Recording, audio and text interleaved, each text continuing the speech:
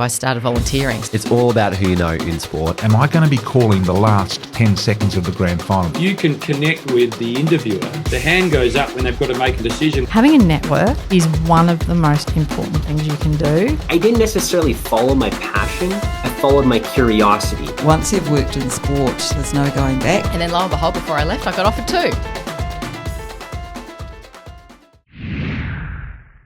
Hey guys, before we jump into the episode today, just a quick note to let you know that today's episode is brought to you by Deakin University, home to the world's #1 sports science school.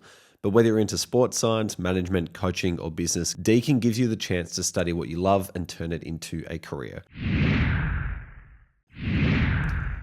Hey guys, quick one. Are you either A, dreading going back to work tomorrow, or B, on a mission to fulfill your potential and get there as quickly as possible?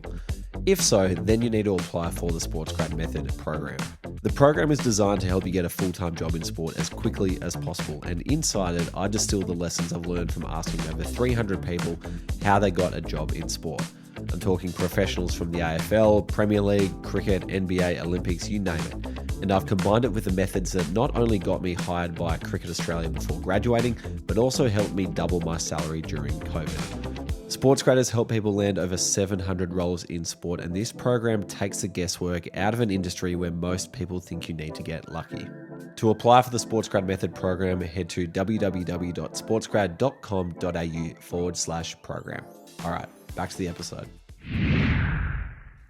Clayton, welcome back to the SportsGrad Podcast. Thank you, mate. Great to be here again. It has just occurred to me that you were the first 3-time podcast guest on the show. So what an honour to have you back here for a third occasion. Outrageous. Honour is all mine. Thank you. Now, last time we chatted, you were at Golf Australia.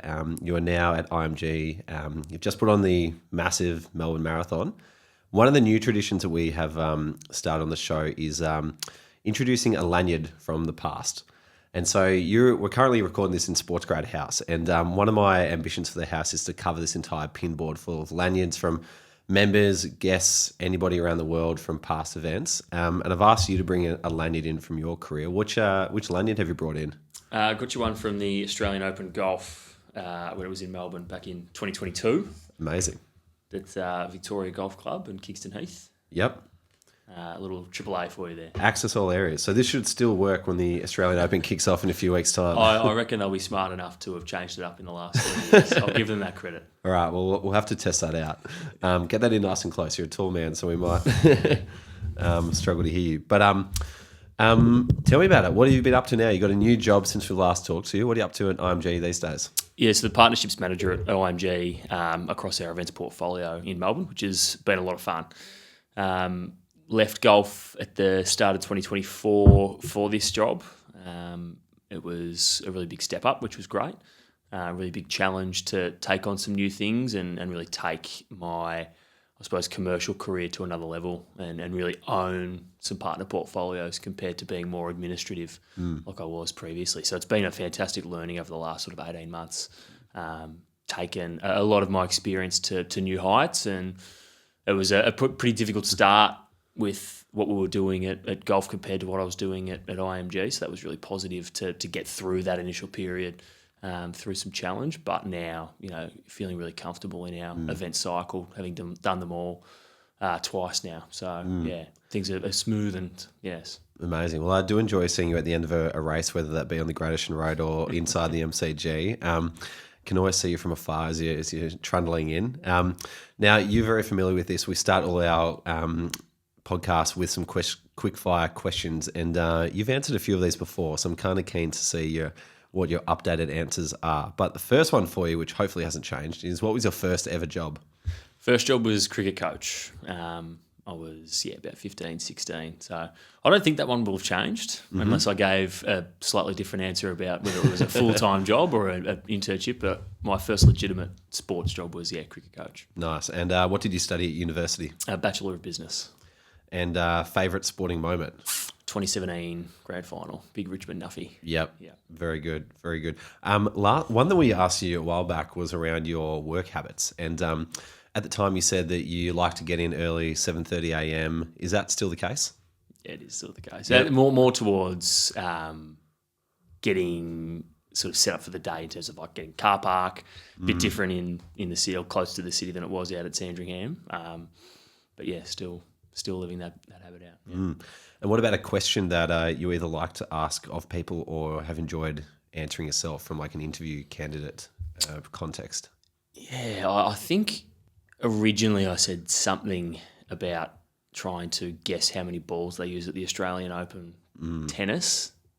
In terms of what I've been asked, my questions in interviews have been very generic.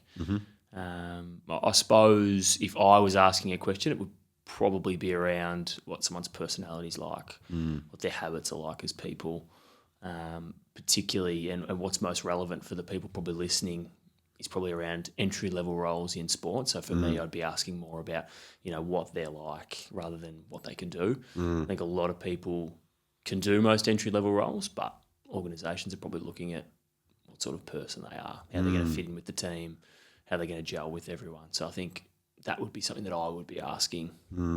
I agree. And one theory I have behind that as well is just because so many of the jobs that you do at an entry level in sport and even mid-level to a degree too, are so specific to the organisation and the job as well that it's like, there's no kind of training process in the world that exists to prepare you for this other than doing the job. Have you found that with the roles that you've kind of been in across golf and now IMG? Yeah, absolutely. I think particularly with IMG, with some of our events being in arts and entertainment, not necessarily sport, and then others around mass participation, but you don't really get a grasp of it until you're there. You can read a job description and you can have an interview and ask some questions, but you don't really get that clarity on what is involved throughout the whole process of the job than actually doing it. So I think it's bang on.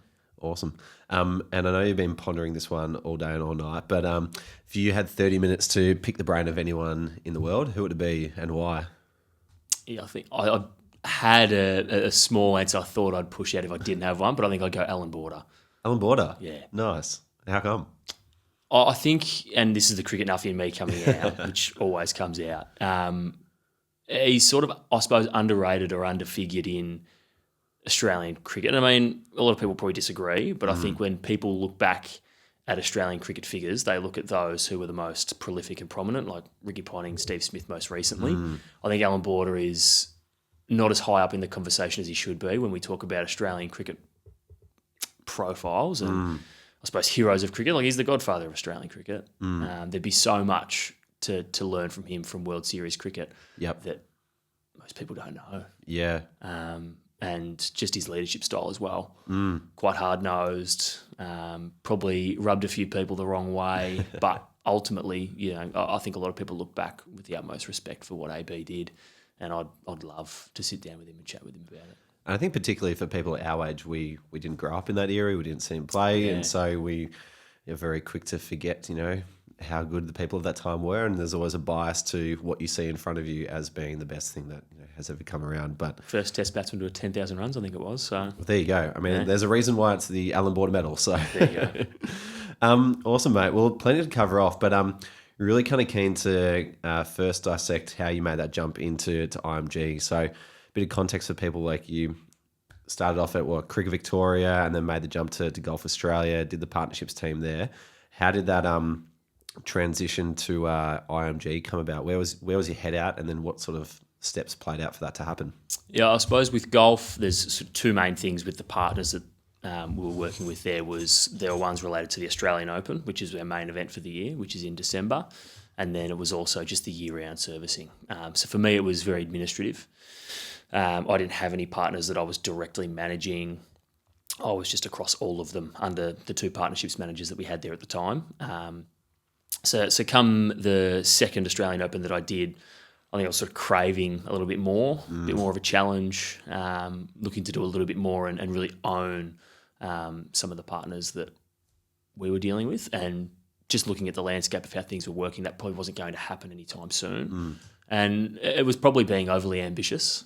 Upon reflection, I think I was being really ambitious with it. I was surprised that I got a call back from IMG about that job when I applied for it. Were you looking at this job as like, oh yeah, maybe it will or maybe it won't, or was it like a thing you were really gunning for? No, I think I got the call back about 3 weeks after I made the application. So I'd actually forgotten that I'd done it because I was always looking passively on LinkedIn and Seek for things at the time, but I wasn't really committing to anything. Like, that's the role that I want. I'm going for it. Yep. So it just turned out that way.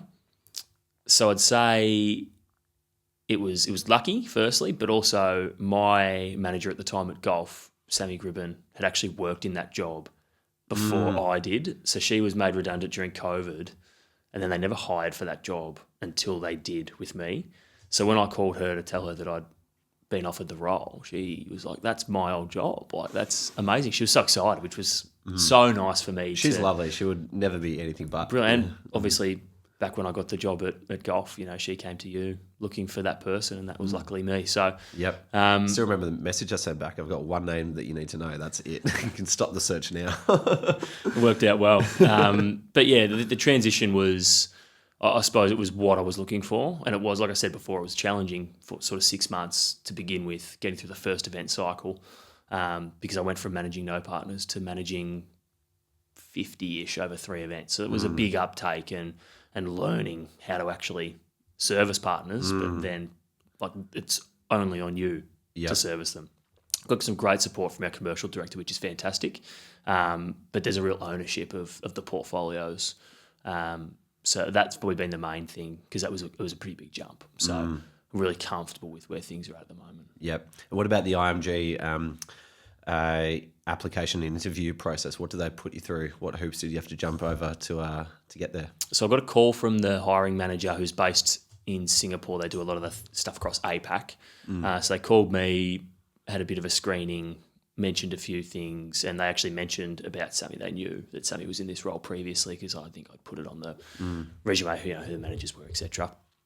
And they were really pleased with the conversation, with how that went. I then got a call from the commercial director back probably a few days later, and then we discussed that again, spoke about Sammy working there previously, and he was sort of happy with her endorsement of me going, oh, if she's hired you for that role and you've done well in that role, then that's a pretty good endorsement for him. And then we just sat down and spoke through what I was doing at golf, how, you know, that was related to an event mainly around the Australian Open and then the Vic Open to a lesser degree. But that was the key for them, was how have you dealt with the partners at events and in the lead-ups to events? Because obviously being an events company with IMG, that's the main core. So the conversations are pretty straightforward, and like I said before, like, interview process was really straightforward. There weren't curveballs. They weren't trying to get you to do critical thinking with crazy exercises. They just wanted to understand more about the experience, and I suppose just trying to see the transfer of skills and how it was applicable from golf to mass participation in arts and entertainment. Yep, amazing. And do you remember where you were when you got the call up to say you've been successful?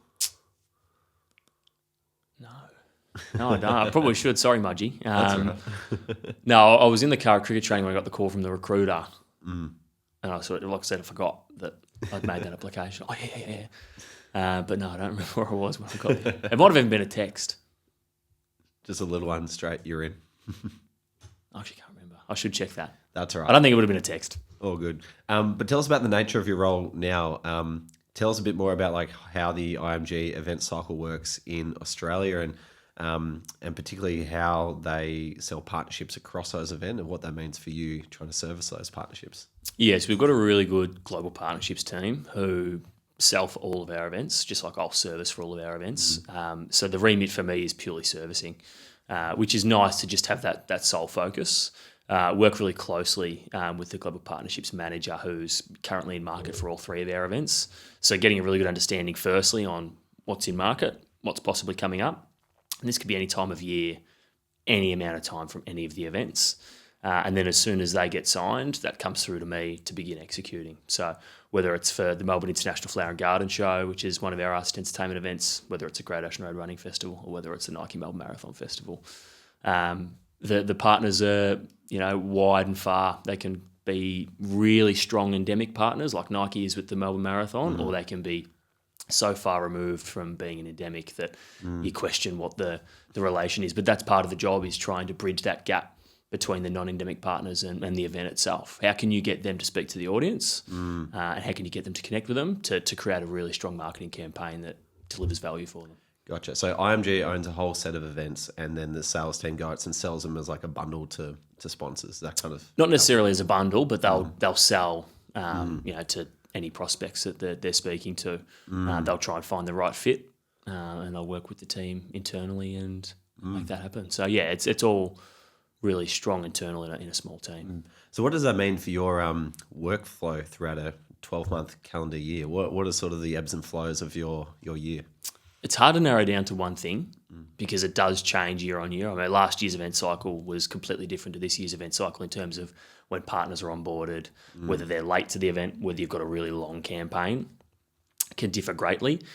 And I think that's probably one of the unique things about it is it's not as you'd expect each year. This is going to happen then. It could happen at a completely different time in terms of a partner could come on, a month out from an event. You still got to try and service them to the best of the ability as you are all the others who have been around for 3 or 4 years. So I don't think it makes a big difference to workflow. It's just a matter of then just putting them on the shoulder as well and giving them the best opportunity they can to make the most out of their partnership. So you've just wrapped up Melbourne Marathon this week. Tell us a bit about the lead-in, the execution, and the wrap-up for an event like this. And if you've got some stats as well, we'd love to hear how big is it getting to these days? Yeah, so it's a 12-month thing for Nike Melbourne Marathon Festival. It's particularly our ops team and our event directors. It's something that they're looking at 12 months of the year because a big mass participation event like that, there's a lot that goes into it. There are a lot of stakeholders involved, a lot of decisions to be made that, for example, road closures. You can't just do those a couple of weeks out. That's a lot of planning in the process. So that's a really big undertaking for those who do it. And then closer to the event, for me personally, it's servicing the marketing campaign in the lead up, tying them into what our own internal marketing campaign is for the event so that they can help leverage those digital points that they want to execute. And then on site is their activation play. So that's also in planning stage for the months leading up. So I think we had 20 partners this year, most of which activated, which is brilliant. And as you would have seen even last year when you were there, the event village was really big, really strong numbers from spectators, which is fantastic. Don't have any numbers off the top of my head as of yet, but my post-event reports will do soon. Yep. But just some really positive reflections immediately from the event last weekend. And so what does activating at a mass participation event look like? Can you speak to some of the stuff that Nike did or any of the other partners that stood out? Yeah, there's quite a lot of brands doing sampling of product. Because there is so many people there, it's a bit of a no-brainer. So sampling's popular just because of the volume of people. You can just get your product out there to as many people as you can, particularly on race day. One of the things that we're working on is how we can improve or increase that footfall across the whole 4 days of the festival. So rather than Sunday being the main day, and Saturday's really picked up some pace with the Bupa Healthy Cities mini marathon, which has been great. But Thursday and Friday with the expo being open, what else can we have on offer so that people are also coming in for the full 4 days to enjoy what's happening? So someone like Morton's gels, is that like a supplier only type agreement, or are they kind of paying to sponsor it and they get the chance to kind of give everyone a gel during the race? They're a major partner. Yep. So they're across both Great Ocean Road and Nike Melbourne. So they activated both. They're sampling their products. They're having people purchase their race packs from them. And then they're also on course for the gel and for the drink too, which is great to have that sort of alignment where they're across both, which is fantastic coverage for them. But they've done a fantastic job. They've been around for a fair while. They've had their opportunity this year to be the on-course drink as well as the gel, and they've done a fantastic job. So they're a great example. But I can understand why it would seem to be a supplier agreement, but they're all in. They love the event, yeah. Unreal. Well, they've got a great product. I love them every time I take them, especially the caffeine ones. But when you are on site, say in the days leading up to it, what are sort of the things that you are looking out for that could potentially go wrong that you're holding together in your role? Yeah, I suppose a lot of that work's done pre being on site. It's your deliveries are organised. anyone who's coming to, like I said before, there's a lot of product that comes on site, particularly for the sampling partners. So there are a lot of pallets coming. They need to be in the right spot at the right time for when the cool trucks come in, for when the cool rooms come in. Those sort of things logistically are the main thing that I'm looking out for during pre-event week when those deliveries do come. And then it's also the build. It's the management of the Yarra Park lawn. They're not destroying the lawn. Other things like on a smaller scale, but and the expo is a little bit separate because those are custom builds that are done through Marquee, so they just come in and bump in their furniture and how they want their stand to look, etc., which is exhibitors and partners. But more so for the custom activations, there's a little bit more that goes into it in terms of the preparation. What does my to-do list look like? What does my schedule look like? What does my forklift list look like? Because when I need someone to fork pallets, I need to know where it's going, when it's going. So that's probably the main thing for me when we're on site is, am I organised, knowing what partner things, stock, furniture, whatever it is coming to site. I need to know exactly where it's going to go, where or when it's going, and who's going to get it there. Yep. I've seen you on site during that week leading up to it, and I reckon back in the day, I bumped into Sammy doing the same thing because I was at Cricket Australia at that time, and I reckon I was walking across to the Trumbull and she was setting up the Melbourne Marathon, and so got to chat to future Clayton at that point. And so, at that point in time, there are people everywhere from all sorts of different suppliers and whatnot. How big is like the core team kind of holding it all together despite, just like, this mountain of stuff going on everywhere you look? Yeah, our ops team do a fantastic job, but they've also got a really strong network of suppliers that make it seamless or as seamless as possible. Without those suppliers, your marquees don't get built, your flooring doesn't get put down, and also the work of the MCC to make sure that, security's on hand, the lawns are done the handover so that everything's, in our possession to be able to do what we need to do. So there's a lot of interplay of relationships that help bring that to life. It's not just our internal team, but even though our ops team do the body of that work, the work of the suppliers across the number of years they've been involved, such a heavy part. It plays such a heavy part in that. Who are some of those suppliers? Because I get people asking me all the time, like, hey, I'm looking for a job in sport, but all they know about is, the AFL or Cricket Australia, but let alone there's, all these like a huge number of private bodies that service these events behind the scenes. For example, I don't know if they do Melbourne Marathon, but, IEDM, for example, doing, the Grand Prix and a whole lot of operation stuff. Who are some of those behind the scenes people? Yeah, so A3 Event Hire do our main marquee builds. So they're helping us fit out Yarra Park, the Village, the Expo, the warm clothing bag drop, all of those main bits of infrastructure. Some of our partners have a lot of agencies that help bring their activations to life too. They're not just doing them internally. Particularly for a lot of those bigger organisations, they've just got a small team of marketing and maybe some partnerships people. So in terms of bringing their build to life, infrastructure, flooring, they're done through agencies. So I'm really lucky in that case that we've got a really good, not only a great portfolio of partners, but they've all got a really strong network of agencies that make my life easy because they know what they're doing. Once they get the information about where they need to go, what they need to do, what the constraints are, then they can just go and do it. They don't need to manage them day to day on site. They know what they're doing. They can come to me with any questions. They do. They call me. But it's such an important piece. It's such an important piece for us. Yep.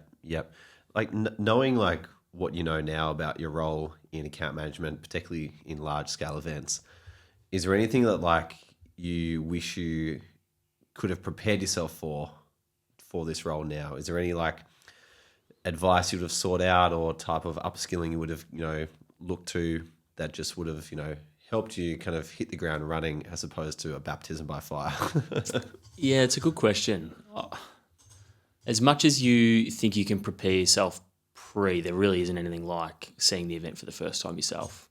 You can get all the information you can about the event, but not all that's going to make sense until you've seen it, you've experienced it, you've started it and then you've finished it. So you've seen it from start to finish.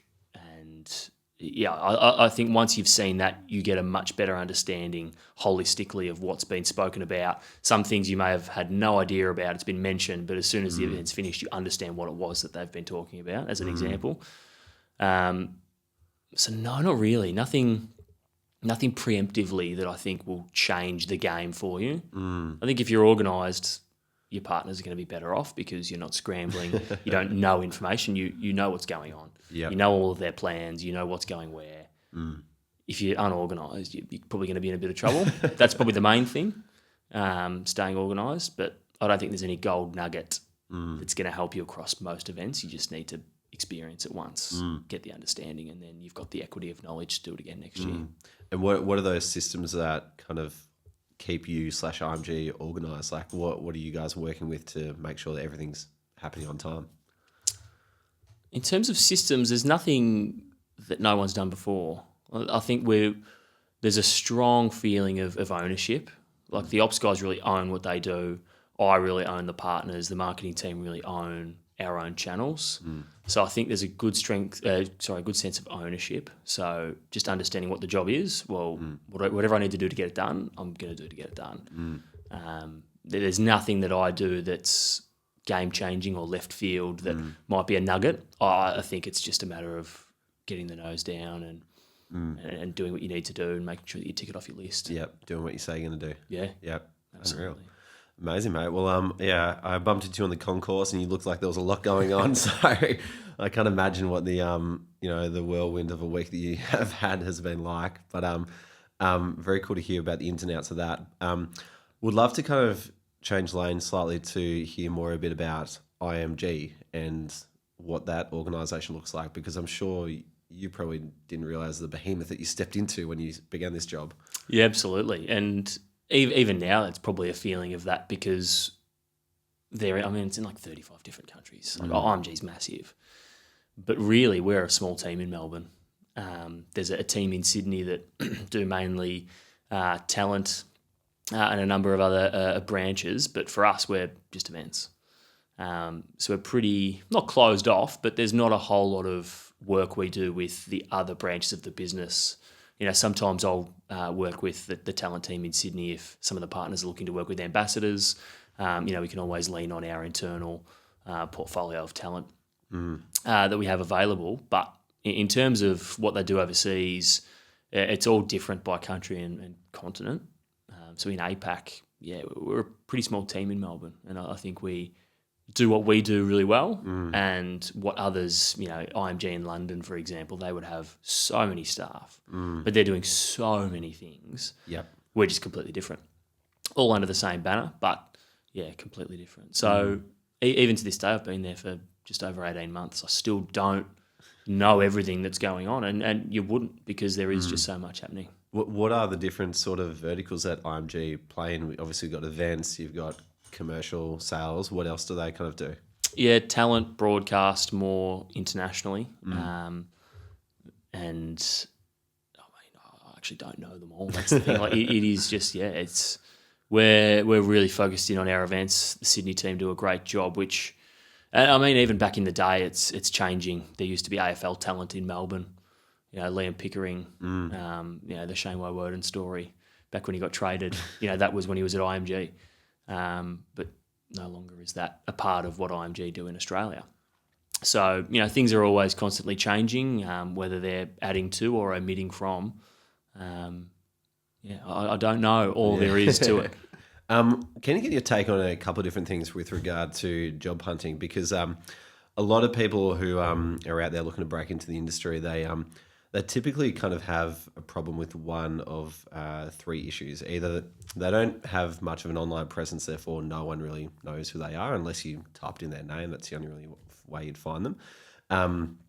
Or they don't have many relationships in sport, and so they're missing out on that sort of preferential treatment.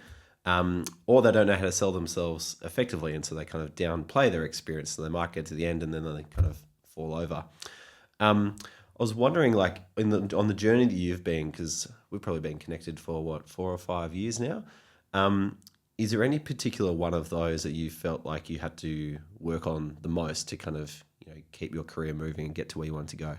Yeah, I think it's always the first move. So for me, when I was looking for my first job, that was probably the most difficult, because that's also when you've got the least amount to sell yourself for, the least amount of experience. So that's probably the toughest one. And I think that's probably when people do try the hardest, because it is a bit of a grind to get there. And then as you find yourself in a job in an organisation somewhere, you then obviously spend time there, you're getting experience, you're building your skill set. So you've got more and more that you can speak to, and it just becomes easier over time. Yep. I think anyway, that's how I've seen it.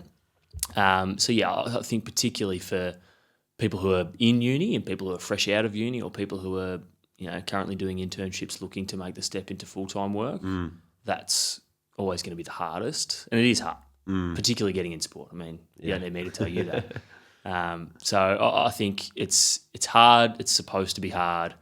So that's the time that you've really got to grind it out, because once you do land something, once you do get in, you don't really have to grind like that again to go across or to go up or go down if you go down. So once you get that first sort of stint out of the way, it becomes a lot easier the next time you need to do it, because you've got some equity behind you that you could speak to. And having worked in sport before, other sporting organisations will look for that and they'll say, great, he's worked at X or she's worked at Y. So you just looked upon more favourably, I think, that way. So once you get that first one out of the way, it should be easier going forward. And who are some of the networks that, once you've broken through the door, that have helped your career in one way or another? I know we have a mutual connection in Anthony Everard, who we cross over in cricket. You guys crossed over in golf. Anyone else that's kind of helped smooth your pathway? Well, it's really only been the two moves for me. And the first one came from yourself, and then the second one just came out of pure luck. It wasn't a networking thing, although I still think having the connection to Sammy worked favourably for me. But it's when you start a new role and you're in a new organisation in whatever industry, you understand the senior people who are there and the work that they have done and what they've been across. In my example at IMG, they've done a lot of events over the last 20-odd years and further, but particularly with some of the people in our team who have been around at IMG for 20, 25 years, didn't know who they were prior to joining, but now understand how deeply connected they are into events and into sport, mass participation, arts and entertainment events, having not known them. But now you understand, wow, that person's leading our team, or that person's our managing director, or you don't really get the grasp for that until you actually get to know them, understand who they are, and obviously you're talking to them day to day, but it's not until you look in the back and go, wow, you've done all of that. You did this, you know these people. And it's sort of a bit hidden, and it's not as obvious. It's a lot more subtle than you think it might be. Yeah. So it's a good reminder to talk to the person next to you at work, because you never know how far they might have gone in the industry. Yeah, and even the idea of like future-proof. You've got no idea where you're going to be in 10 years, 20 years' time, particularly for the people that sit around you that might be a similar age. You've got absolutely no idea. They could end up being the CEO of the AFL. They could end up being you've just got no idea. Literally, yeah. I caught up with a uni mate last night, Justin Harmon, who we went through uni together, and now he's doing some great work at Green Room. But Paul Hoy, who's another one who kind of came through that year with us, and now he's part of the program as well. But people pop up all over the place. Like, even I've just moved into Richmond here, and I'm bumping into. I've soon realised like how close knit the sports industry is, particularly in Richmond. Like, there's a guy who used to work at Collingwood who I've walked past twice in the last two days. There's a guy who works at the Australian Sports Commission who lives like 2 streets over. Jack Brown at Paralympics Australia goes to my local cafe as well, and so it's funny how much these people pop up as well, and you never know where those connections might go in the future. Yeah, absolutely. And even though you may not work with those people, the people that you meet, whether it's through SportsGrad or whether it's through organic networking, you'll be surprised who's turning up to events or who's just floating around that you speak to, and all of a sudden, oh wow, yeah, wow, what a resume. Yep. Were you at the meetup that we ran in? Probably would have been 2021, top of Fargo on Swan Street. Yes. Where I think the capacity of that room was 120, and we watched registrations tick past 200. We were like, there won't be 200 there at once. And it got quite sweaty, I believe. Yes. I remember that night being like, okay, this is like, we've found something here. Who do you remember meeting that night, and where have those sort of connections led to now, do you reckon? Yeah, it's a good test of the memory, that. I remember meeting Jack Lloyd that night there. He was probably the one that I remember the most. But he's sort of been someone that, being my age or very similar to my age, and having a sort of a similar career trajectory where we're working towards, what our career is going to look like in the next 5, 10, 20, whatever it is, years. Yep. That's sort of one of the ones that, in terms of future-proof and thinking, what's our involvement going to be with each other in 5 years' time, in 10 years' time? We may not speak to each other about any of that, for years. But he's just I ran into him at the marathon on the weekend anyway. He came through the expo, which was great. But it's more so just having that personal relationship, having that mateship with someone that you've met through something like SportsGrad. You never know when you might need to tap into it, if at all. And what's going on with the world of Clayton outside of work? I keep hearing that you're dipping out of cricket. You're a big reader and looking into other different things as well. So what else is going on? I have come back to playing cricket this year. Going back to my junior club to play. Rolling up the sleeves tomorrow. I've got a bit of a swollen ankle and foot at the moment. Copped a few balls on the foot. So And this affected you during the week where you're doing like 200,000 steps a week? It did. No, it was okay. It held up for the most part. Sunday afternoon it got a little bit sore. But yeah, cricket's back this year. Still involved in coaching women's cricket at Ringwood, which is fantastic. I love that. Which I've done now for 4 or 5 years. But it's been quite a busy event cycle. So I think what's next for me is probably a bit of travel coming up next year, which will be good to finally get out of the way. I know I was supposed to come to India with you and a few of the guys last year. Yep. When I did start at IMG. So I think that's probably what's next. Nice. Yeah, because you have been one who I've who's like dived straight into their career, done very well, picked up some awesome experiences and landed in this cool job.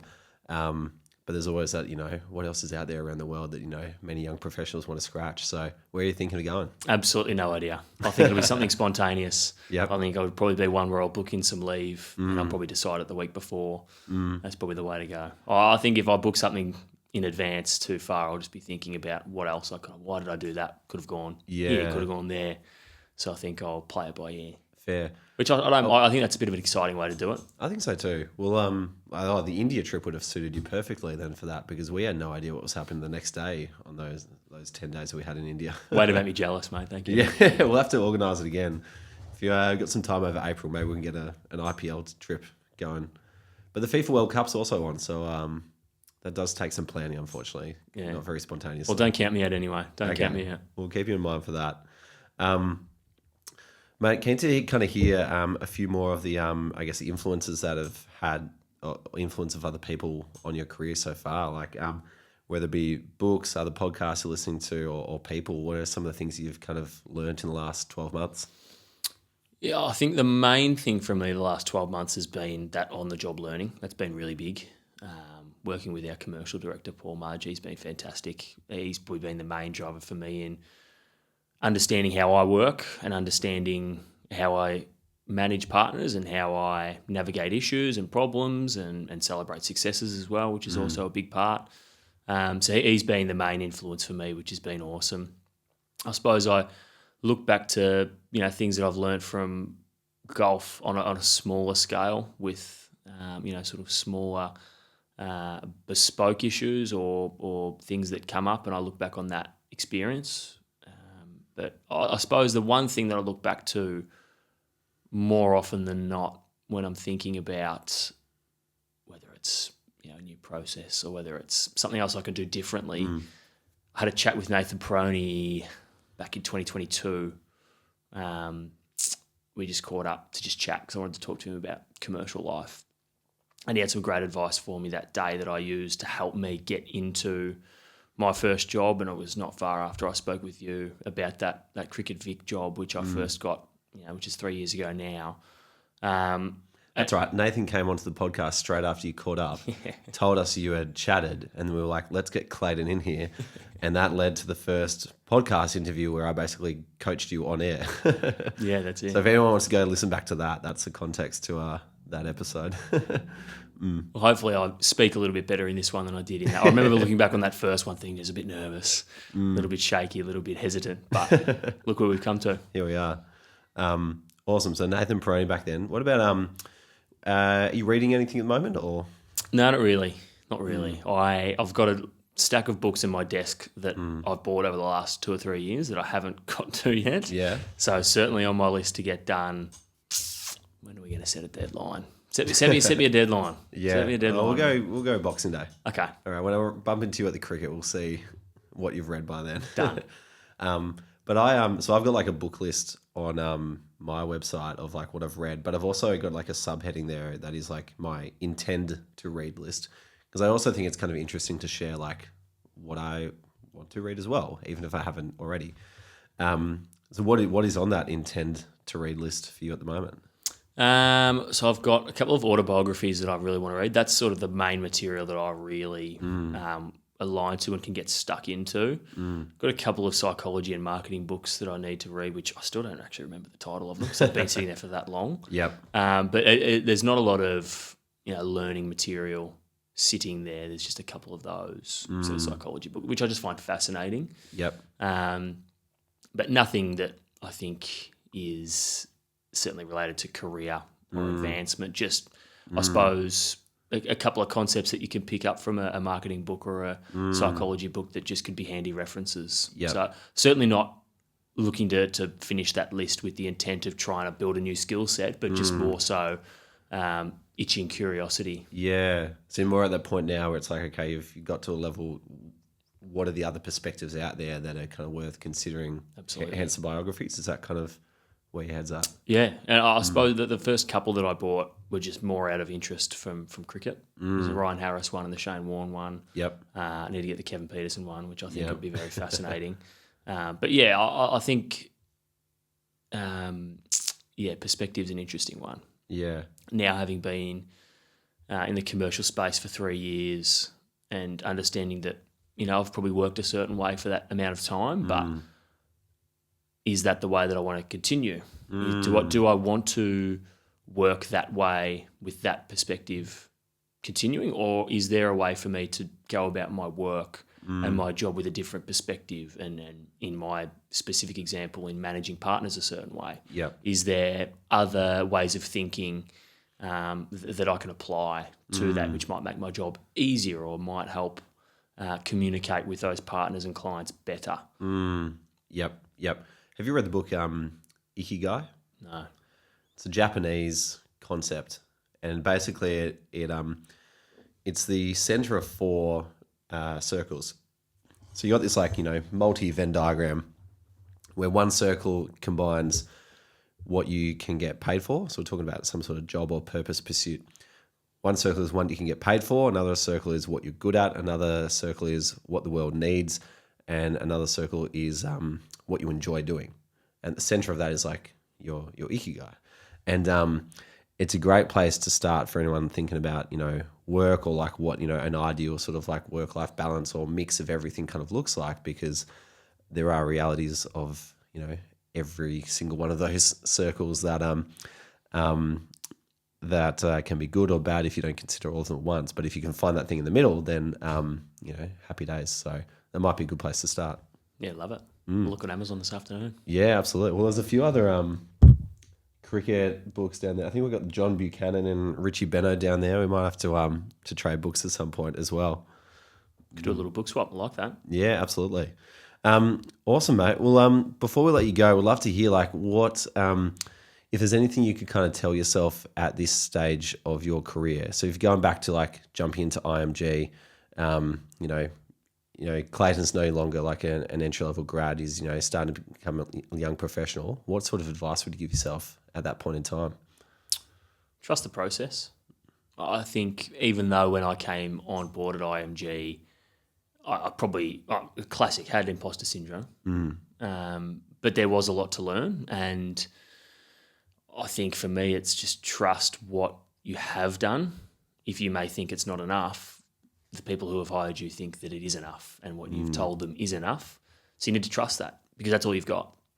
That's all you've got. So you need to trust the process, trust your experience, trust the body of work that you've done, and you'll find a way. You'll find a way. More often than not, people are going to make it through their probation and they're going to excel at their job, or be very good at their job, because, again, on the job learning, you understand how it works. Each job in each industry is different. Particularly in events, you understand how the events work. You understand where you fit in, how you tie in, and in my example, being the manager of the partners, I understand how all of their involvement ties into the event and how I need to go about helping them maximise their partnership with our events, because each of our events are unique and they're different from each other. And that's taken time.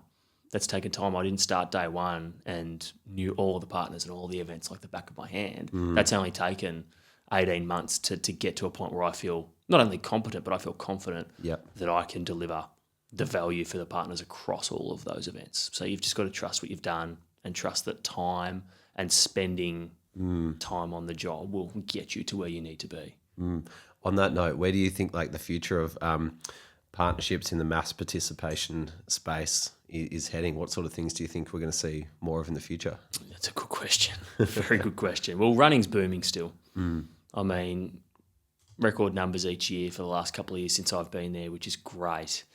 I know we'll try to get you in next year. I know you're keen to run. I think there'll be a lot of technological advancements. Speaking to a few people at Nike on the weekend, a lot of them are ingrained in running. A lot of the Nike team that we deal with, they do a great job. Talking about what marathons were like 10 years ago, pacers were running around with balloons. And now they've got, their sports bra with the flag. And it seems silly that 10 years ago they were running around with a balloon.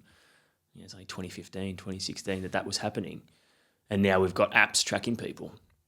And I think the technological capability and potential of mass participation events for spectators and for participants has a really big area to grow, because technology is applicable in so many ways. It's not just an app on a phone. Technology can be applied to whatever. It can be, for our example with our events, is how can technology help boost the village where people go to get food and drink?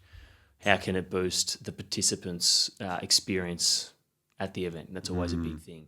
And for the spectators, what's the user interface like? How easy is it to use? How easy is it to learn? And I think for a lot of mass participation, not just in running, but just in mass participation in general, it's going to help boost the satisfaction of participants, which is the main thing about mass participation. You want people to enjoy your event. Yep. And I think technology is only going to help that. So it'll be interesting to see how that plays into it with the advancements that have happened recently over the last couple of years, how that's going to continue to trend upwards, I hope. Is there anything that you've seen happen at, the Sydney Marathon or the Chicago Marathon or anything around the world that you've thought, that's really cool, we need to get that into the Melbourne Marathon? It's actually an interesting one. When we were up at Sydney Marathon in August, we went to the AMC conference, which is the mass participation crew there, and they had a few people come and talk, and they had the CEO of the Abbott's World Majors come and speak to us, and they were talking about some of the marathons that they'd gone to see that were candidates for major titles. And they went one year, loved it, thought it was great, was really tied into the identity of the location. Then they went the next year and they'd gone quite general and quite Western, and it was quite a generic feeling event. They said that they just completely changed their identity. Right. And it was, the sentiment that sat with me was each event has its own identity. And even though some events do other things really well, doesn't mean that that's going to work well at your event. Obviously, you can have a look and do some research and see if that's applicable to yours. But at the end of the day, if a major does it, that's obviously a great thing, because majors do a great job for spectators and for participants. But is it as applicable to your event as you think it is? Maybe, maybe not. I think it's the obvious thing is when you see something really cool at one of those events, and you go, that'd be cool at my event. Yeah. But in reality, it may not be. Two things can be true at the same time. And I think, it can be true or it can be false. Even though it's cool, it may not be. Yep. Yeah. It's so true, because there's no point of like the AFL looking at what the NFL is doing. It's like, exactly, we must copy everything they do, because, then you'll get AFL fans in Australia being like, what the hell is this? Yeah, and I think a lot of people, particularly in mass participation, who are returning participants each year, they go to that event not only because they've enjoyed it, but because they know what it's like. They know what to expect. If all of a sudden you change and shift to something completely left field, you're probably going to shock the consumer and go, well, this isn't what I thought it was. This isn't what it's been the last couple of years. So I think as an example, for a struggling event, you could probably look at something like that to try and bring in a new market of participants and spectators. But for big events, particularly like the Nike Melbourne Marathon Festival, pivoting and changing things, like completely, drastically changing things, it's not only you can consider it, but it's not necessary. I think you need to strongly look at what's being done well around the world and consider those things. But does it change the identity of the event? If the answer is yes, then probably don't need to change it. You probably just need to look at things that improve your runners' experience and your spectators' experience, and then you try your best. So were you at the Sydney Marathon to pick up on what some of those things were, what the experience was and how they run it? Yeah, a few of us were lucky enough to get sent up there to do a bit of recon, which was great, and also to attend the AMC conference to learn a little bit more about the mass participation world, which was awesome. And we had some great takeaways and learnings from Sydney because that was awesome, just to see the first year as a major and how they did it. And that was, one of the key takeaways was that, you probably see some things in Sydney this week and you'll think that'll be cool in Melbourne. But is it necessary to implement just because it's cool? Is it adding value? Yep. With an event like Sydney, do you guys see each other as competitors, or everyone's kind of there to make every run around the world as good as it can be? Yeah, I don't think there's that level of competition between the events because they're completely unique and they're not held on the same weekend, so people can still run them. Yeah, we have the Great Ocean Road Running Festival and Nike Melbourne Marathon Festival. They're not competing with each other. Obviously, we own them both and we operate them both. Technically, you could see them as competitors, but they're 6 months apart. Same with Sydney Marathon. It's 6 weeks before Melbourne is. I think particularly from our event directors' perspectives, probably they're all talking with each other and they know who each other are. And I would say that they're all learning off each other. More than anything, it certainly doesn't feel fiercely competitive where there's sabotage going on. It just doesn't feel that way. No, well, you walk into these events, they're like the happiest place in the world at the finish line, where everyone's just high on endorphins and absolutely or inspired by their mates. And that's the thing. I think all the marathons in Australia, particularly, it's the human nature story. It's what can we do for our participants. A marathon, particularly, there's such a big social, physical, and mental benefit for people. It's not just an event we're putting on where people attend. Like, this is something that they've trained for, dedicated their time to, and this is a big milestone and a bucket list item for some people, whether it's their first, whether it's their 20th marathon that they're running. So I certainly think that all the marathons, particularly in Australia, are working towards how we can create a really strong number of events that people want to continue doing. I know your head's probably in 20 different places with a partner who wants something else, and operations have kind of slipped over here, but you've got a sea of tens of thousands of people around you kind of smiling and having fun. Do you ever kind of stop and look around and think, this is pretty cool, I've been able to put this on? Yeah, we get a cool opportunity at the start line to do that on the Sunday for the Nike Melbourne Marathon. For that first race. So you sort of get that 20 minutes there. Once the bell rings, all the signage is ready to go, the gantries are up, the logos look okay. And then, the sort of the lead up to the marathon kicking off, you get that opportunity to just stand there, the bell rings, and you just watch the sea of people go. And it takes about 10 minutes from the bell to get everyone through down Batman Avenue. It takes quite a while to get those 14,000 people through. Yeah. So is that your highlight of the whole weekend, that moment? I'm terrible at highlights and peaks and troughs. It's always a really nice moment to just reflect and go, they've kicked off. Yep. It's started, it's underway, it'll be over soon. All the hard work's done. So I suppose it's a nice reminder. But there are a lot of highlights throughout that event because it starts quickly and it ends quickly. So while it's on, there's a lot that happens, particularly from a partner's perspective. There's a lot of people that are coming through that they're trying to engage with. So there's a lot of highlights in that, and seeing those partners succeed, that's always great. Even being on the finish line for a little bit and seeing those people cross the line. Like I saw you last year after you did the full. That was awesome. To see people there as well not only that, but just strangers getting over the line and just understanding that is such a key moment in their life. That could be their first one, could be their 20th one. It's special to be able to see it and witness it right in front of you. Oh, special to have you there. That's amazing, mate. Well, thank you so much for coming in and sharing the ins and outs of what is becoming one of the biggest events in Australia, and sharing a bit about what the behind the scenes of, what it looks like to work on that, because, there are plenty of sports out there and mass participation is growing as a career option for many, many people. So thanks for shedding light on that. Thank you, mate. Thanks for having me. Appreciate it. Hey guys, quick one. Are you either A, dreading going back to work tomorrow, or B, on a mission to fulfill your potential and get there as quickly as possible? If so, then you need to apply for the SportsGrad Method program. The program is designed to help you get a full-time job in sport as quickly as possible, and inside it, I distill the lessons I've learned from asking over 300 people how they got a job in sport.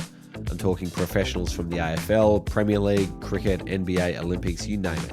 And I've combined it with the methods that not only got me hired by Cricket Australia before graduating, but also helped me double my salary during COVID. SportsGrad has helped people land over 700 roles in sport, and this program takes the guesswork out of an industry where most people think you need to get lucky. To apply for the SportsGrad Method program, head to www.sportsgrad.com.au/program.